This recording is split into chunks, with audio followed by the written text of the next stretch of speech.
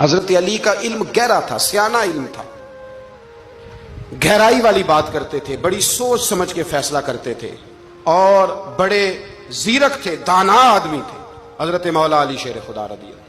और आपका फहम फिरासत निराला था। एक शख्स ने कहा जी मैंने तरस खा के एक औरत से शादी किया, वो बूढ़ी थी, तरस खा के निकाह किया, मैं जवान वो बूढ़ी है, पर मैं करीब जाता हूं तो मुझे पता नहीं क्या होता है।